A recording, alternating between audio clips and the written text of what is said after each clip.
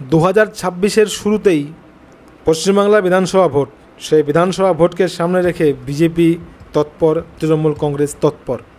তৃণমূল কংগ্রেস এখন থেকেই তার বিভিন্ন যে সাংগঠনিক কাঠামো সব ঠিক করে ফেলেছে। সমস্ত জায়গায় জেলা সভাপতি, সমস্ত জায়গায় যা যা পদে বসানো দরকার সব বসিয়ে দিয়েছে। কিন্তু বিজেপি যেটা পারেনি, এখনও সভাপতি পরিবর্তন করতে পারেনি।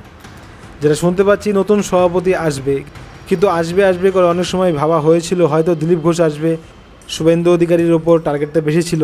কিন্তু শেষমেশ দেখা গেল ভোট আর বেশি দিন নেই, 6-7 মাস রয়েছে, এখন কি করে সভাপতি পরিবর্তন হয়।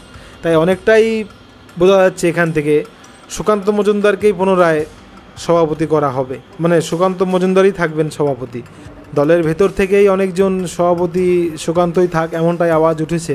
তাই সবাইকে পেছনে ফেলে সুকান্তই সভাপতি থাকছেন এমনই ইঙ্গিত। তবে ইতিমধ্যেই অগ্নিমিত্রা পালের নামটা জোরালো হচ্ছে, কিন্তু জোরালো হলেও সুকান্ত মজুমদারকেই শেষমেশ হয়তো রাখা হবে সভাপতি রূপে।